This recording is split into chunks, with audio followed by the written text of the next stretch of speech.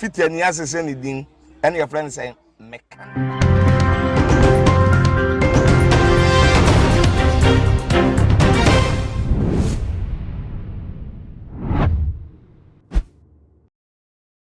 Aqua Bashonko and come outside base of Achipre and Shame Ewotuma GHSO. Midi Edinana Ama Obofour training issues at Abeto Dano and the Sabre Midi Ebesumo Ewe Fidi so. Na Meko and Semno Emunum. Sisia da will share W𝒊fe penny our that anointed palace no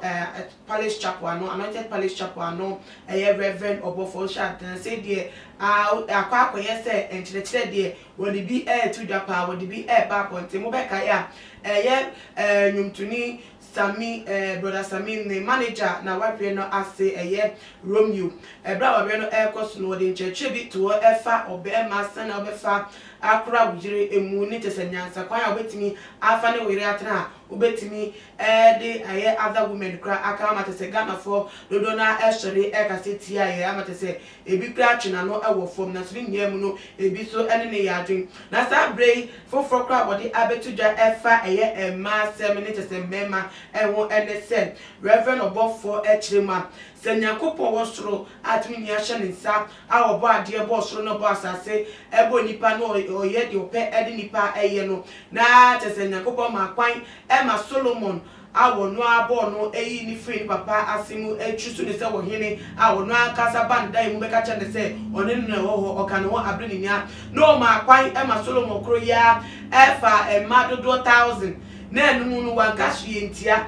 wanka sankyere baby enu ekire se wo sori anope bi ko Solomon ho ka cha ne se ma no wo fa no do so wanka sa amfa wo nko ade a na enu no pa cha se Nyankopon saa nyama no enye oha bia edema no se wo befa ema dodo se den krapa enye how edema no na mom se wo beko no akofa obi yire no eno ena ya asem kese edema na tese wo de David de ede ye mfato won ebra David ekofa ye Uriah na yire ewie ye se ku no edeka no eno no hu ni se Nyankopon ene tese Nyankopon wo how e wo san se eno nkwa de David ye no wo ba ene ne beka ye atwini ni minti wo ka ede sisu se wo no pa de onyina bebia enkondemi obia bema bia se won fan madodo sen ana se madodo bebre no onkondemi obema bia area for na so wo mo hye ne so no hwe ye se obi yire wo mo enka enkeka enko obi eyire afa na wodi asem we ebetu dana ebusiafo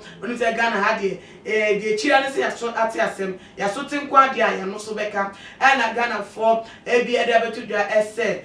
Reverend Obofour de bio na say tempa ni kase mu no de ba and wo pa kire atese ne yire Th𝒆ir so eto agotete mu etem doesn't mean say ono aso wo ho ntiase ana se wati atum say asem ya nikunu ede etudwa no sa na se enya na because say washa say etimi the in same way ede tudwa na no pa kire say so or place so say wo bema awaware wo ne yire wotimi fa ma dodo pinsen wo pe atese asem bi eni ekira na no patese wono amu ogotufu no se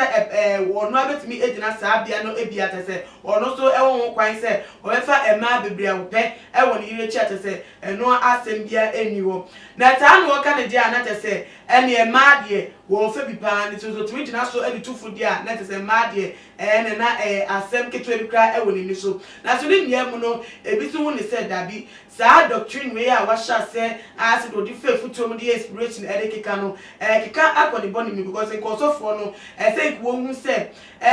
we the Old Testament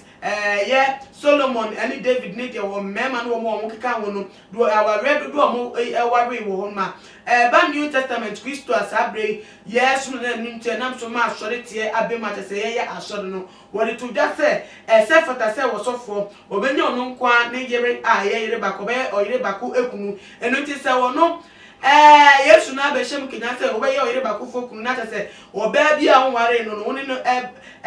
oni no compass a oni na bojama na te se say again according to messages Reverend Obofour edeba point na te se o endorse fornication na o endorse se obe commit adultery se wa worry na wo sa fa wi echi na se die pa and wo patete asem no so be se won ka won si ni pain na te se asem no won ka ne straight na obi enya no won te ase na ase de o de ye futu to the fa or the one where I said on a dainty and what they a been answering Yamuno, as some of our person one canoe, and no also any work cannot say, and then Yasem and Odiotuma, then Yami up by and one name, and I said, and then Yami Ashisha dear with Atuono and would this so, Eddie Eddie, a yen is off with you, and in Yamuno, Yan should be what I say. Ensem na wose mema dudu bebra wo mo ekwa ware mu no dodo na no wo mo ware wo mo yire emu awia wo mo di edaso a ewo ema foforo ewo nti na no no e pa che se ye ne ye nyatwum e dey fa on ti se de wo be ma ne yire nko no betimata no da fe pa che se won hwe oba bia de mo ni oba bia ni ehia bi ma na se se ye ma kwan ne ye nyitum se ye de ara oba ma ye mre de ni na ye ne problem nti se wo yire kra po se de no so mu oba foforo na no ye na kono nko ade a oba pese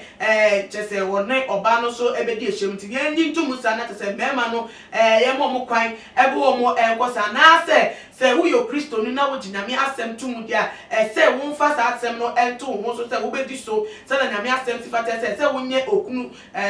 ema wo yire baako na te se oba baako ena se wo ni esi so na se wo chia no so ka se wo be ware na ana se wo no betena nkwa de nya wo se oba kro na te se wo no enye bibia wo pe bia kosi se owo betetu muntem na semwe argument se pa te se abeto ni nti wo be hia se wa dwen kire efa wo no wo de besto me wo ye comment section wo na ebiemu so no ma share video we e dey ma adofo ebusuafo on all the social media platforms. Now you understand, so now start following your Instagram, your Twitter handles at @toomuchgh_. Facebook also @toomuchgh. Nana ama obusua enimidim. Na me ya adoma ye be say edi shapim makram.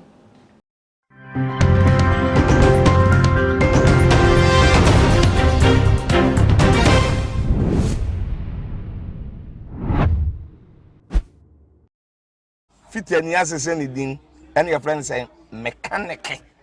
Zana prophet kumichacha, my sister me YouTube no, baby I should be a change your floor, and I'm about too much GH. Shit, na prophet kumichacha, me so me share.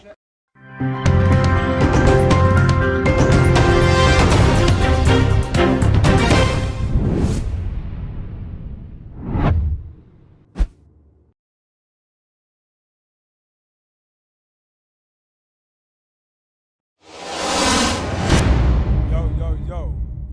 too much GH nie Ghana for ℂhwefoɔ ℂtiefoɔ onipa bi a won subscribe e too much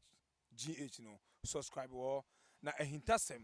ensem a ebuafa oman Ghana so na ye de bremu one God nie, the only one God in GH ɛhɔ na da bia mehwɛ abrochiefoɔ ene Ghanafoɔ mo a mo wiasa fa na ina me recommend emamo too much GH.